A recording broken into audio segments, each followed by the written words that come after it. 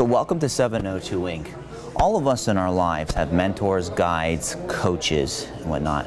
Well, mine started when I was yay high. I was just about an idea. And I'm sitting actually with my mom, who has been a teacher and guide to kids and adults for several decades, has been a published author, has traveled to South America and set up new tourism programs, and now, through life coaching, has now added another item to her resume, which is traumatology. All right, so Mom, one, I know you raised 5 kids, and all of us, and we all went our different ways, and you're like, what do I do now?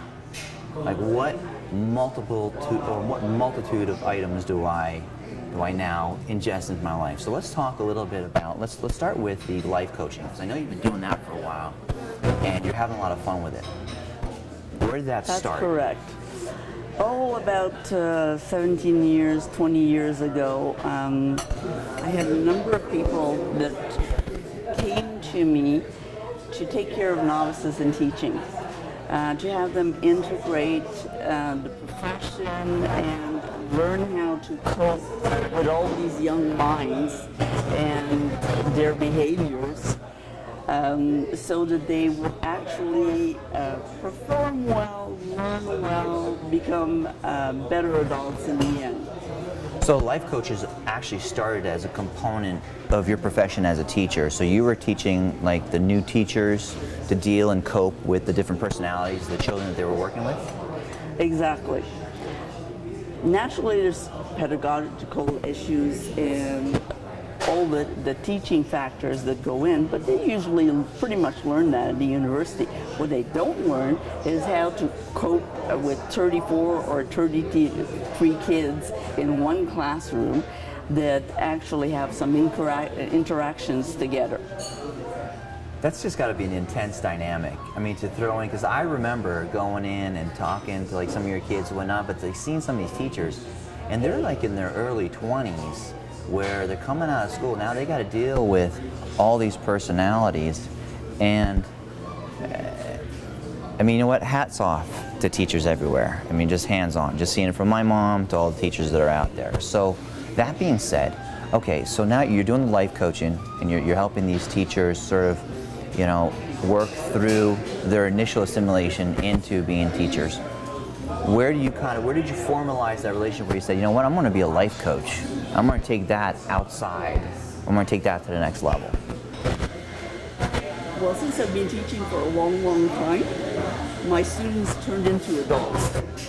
But they still came back to me to receive consult, to sort of be coached whenever they got new careers, whenever they started a family, whenever they had some kind of difficulty. They just come back and talk to me. So I decided to really look into it to find the way that I could help them best. And that's where emotional intelligence came in. So you took something that you did just naturally, that you were doing on the job and whatnot, and you formalized it with emotional intelligence. That's the term, emotional intelligence? That's correct. And is that a career? I mean, I know that life coaching, there's life coaches out there, but how does emotional intelligence tie into that? Well, the stats go that 80% of your success in life is based on your emotional intelligence, like leadership, resiliency, capacity to manage yourself and others, your self-awareness and your awareness of others. As only 20% is related to your IQ, basically. So, yes, there are controversial issues about that, but bottom line, if you understand what leadership is and you see people with a lot of leadership around you, you know that these people are generally successful. So I think it's a good way to go to develop that. How do you measure my emotional intelligence and then cultivate my emotional intelligence? There are some basic tests that allow you to determine where you would need to enhance your strengths and where you would need to improve. And therefore, we can go at that level at first and just move on step by step to where you want to go. Once your goal is set, then we look at all the components that go towards that, and we develop those with your best aptitudes. Yeah, I want to say that this feels like a process. I mean, is this something that, you know what, I come in on one meeting, 2, 5, is it a process of days, months, years? I mean, how long do you work with somebody to take them to the next level of emotional intelligence? It depends on the person. Some people will have flash sessions.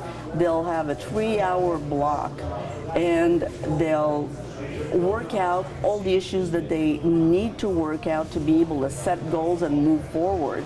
And maybe they'll come back 6 months down the line and say, okay, I've reached those goals and now I'm ready to work on something else.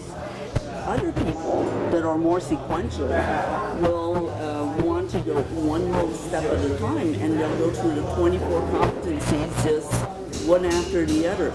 Figure maybe one a week with actually working on assignments yourself to really key in on that particular thing that you want to make better. And yes, it could be a 24-week session, but it really depends on the individual. Sounds like it's something that you don't get into lightly. I mean, you really got to want to improve, identify, I mean, even look at, looking at the things that are, difficult within ourselves has got to be hard enough. Sharing those with a stranger, to me, seems a little bit tough. So how do you bridge that gap between, hi, my name is Elizabeth, to, hey, let me teach you, let me coach you? I've only worked on referrals up to now because the type of things that will happen is one person is going to tell the other, you want a rock? I have a rock for you. You go see McNally. McNally's the rock. You're going to go step by step from wherever you are to wherever you want to go, and she'll be whatever you want to call her, your mom, your grandmom, your coach, your mentor. She'll be there for you, and she'll always be there. So that's how I run it. They'll come to me with this image of, okay, they're going to be nurtured, but at the same time, I won't take any hogwash, and they have to leave their bag of excuse out the door. And I have such a rep for that people will just say, oh, I've been sent by this person, and they've managed to integrate the profession and do better and get their promotion and move on or solve family problems and get back with their spouse, or solve the teenagers' problems at home and move on. And she was there for me every time I called her. Every time I sent an email, I could count on it. She was there. She's our rock. Elizabeth the Rock McNally. I like to refer to her as my mom. We're going to come back after the break and talk to mom a little bit more about what happens next and how traumatology came into the mix.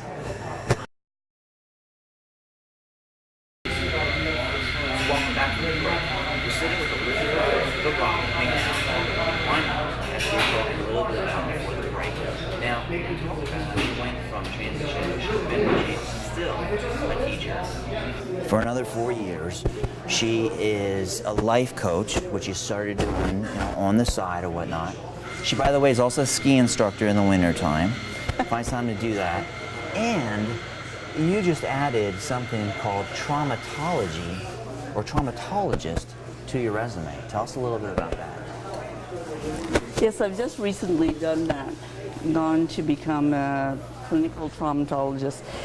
It was brought on by the fact that through the years, a number of people have come to me when they had terminal disease, and I've accompanied them into death. have accompanied their family so that they could cope, and also accompany survivors in certain circumstances until they could stand on their own. And seeing the need to understand trauma more, because when you lose someone close, it is traumatic. I went back and decided to really get into the nitty-gritty of therapy and all the psychological aspects that accompany that. Why do you think somebody would go outside of their immediate circle to a stranger for that type of support? It's strange for you to ask that, because generally the people that come to me will have been referred, yes, but will feel more comfortable because I don't really know them. It's like they don't want to look weak to their immediate circle, and they know that if they come to me, there will never be even an illusion to who's going to be working with me. I don't really share on cases, and even with other traumatologists, I push that aside completely. Research can be done somewhere else, but not on my people. My people I protect. Client privilege. So, do you draw from personal experiences? I mean, when you look at, or do you share with people? I mean, some of our personal experiences. 'Cause, I mean, our family went through trauma one time. Exactly. I think that having lost my daughter in a car accident when she was 20 really made me realize how you could have your lifeline literally cut in you, and you can feel totally scalded by events and have trouble having a grip. And it's the reasons that make you move on have to be found inside of yourself. In my case, I had 4 living kids, and I didn't want those children to feel that because I had lost one of them, their life had ended as well. I see that sometimes, and it's so very sad, because a parent is going to be feeling so empty that they cannot give anymore. So the children grow up with this lack almost of having a vibrant dynamic parent around them. I fought that very, very strongly and tried to maintain a relationship with my own children so that they felt that they were important, that every day was important, and that we should always be at the top of our game during that time, and that our relationship was the most precious in the world. And I think that's how I understand the people who lose someone close. You talk about that analogy, the rock. I mean, in my mind, you know, I'm out for a hike, and I'm trying to skip across maybe a small creek or whatnot, and I'm looking for that rock that I can get over to the other side. I mean, that's sort of like the visual that I sort of get out of that. Is it really that simple? When someone has someone to lean on, they can do wonderful things anytime in life. Sometimes it's someone close, sometimes it's an image, sometimes it's just the possibility of anchoring yourself. Until the person can find it in themselves to be their own anchor, the rock is an anchor. So an analogy that I use with my clients is I usually give them a small rock, a pebble, so that they can keep it in their pocket, and when they feel overwhelmed, they can just grab it without anybody else knowing, and they can hang on to it. And it works because inside your heart, inside your mind, if you can find that particular point that will make you move on, you will reach your goals. Whichever they are, you'll reach your goals. Can someone benefit from what you're doing right now at a distance? I mean, you live in Eastern Canada. What about somebody that, you know what, is here in Vegas? You want to get on the phone, or is it Skype? Is it, do we pick up one of your new ebooks? What do we do? Well, I'd suggest to go on the phone or Skype anytime, because that's a way to communicate with me. I speak English. In Quebec, most people speak French. So many of my clients come from Ontario and from the US, because they can actually speak the same language and feel comfortable. And you can read through tones of voice what a person is going through on the phone. Some people don't want to Skype because they don't want to have the other person see their faces, see their eyes, live through the emotions. So it's an option, but it doesn't go for everyone. Other people need to reflect on things. So when they're typing, they feel that they're thinking out the process or thinking out what they want to say, and this is a way to be able to communicate. Some will send an email and want the email back and leave it at that. Others will type the email by really thinking of where they want to go and how they want to move on to it, and they'll want only comments so that they have little things that they can move on to and be able to set their own path at their own rhythm. So yeah, there are a number of options. If I feel that I want to get started with life coaching, or perhaps maybe there's been some trauma in our life, how do we get started with you? You can just contact me through email. I'll probably run you through the process of trying to find out exactly what you're expecting from me. Once we've sort of determined what you want to address at this time, then if it is something that is relating to life coaching or career coaching, we'll move on to that.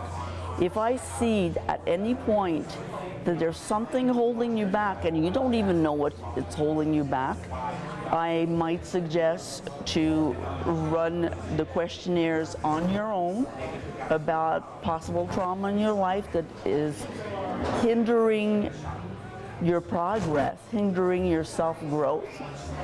And from those, we can evaluate if there is trauma. Once that's determined, we can set like a sort of a program, a personalized program that will move you to be able to manage that, control the triggers, help you open up and be capable of expanding yourself as far as your potential will allow you. It's a one step at a time thing, and some people really want to get out there and really want to work it very, very fast, and that's okay. And if I need to slow them down, I'll tell them to slow down. Other people, I have to hold out my hand, and sometimes I have to tug, because otherwise they're going to sit back and they'll want to stay there. And if a person needs that kind of person that's just going to sit with them and nurture them, there's a good chance that I'll refer them, because the people who come to me are generally very determined, very mindful people of their own progress, and if they're stuck, they want to get unstuck and move ahead. Getting to know what you're now up to has been an absolute joy. I mean, really kind of getting the details, because you and I communicate on a regular basis, but really sort of understanding the dynamics and the motivation behind it, and now the actual structure of what happens next. I'm looking forward to seeing the next book. After the break, we're going to come back. We're going to talk a little bit about the ebooks that Elizabeth has got and what's coming up next.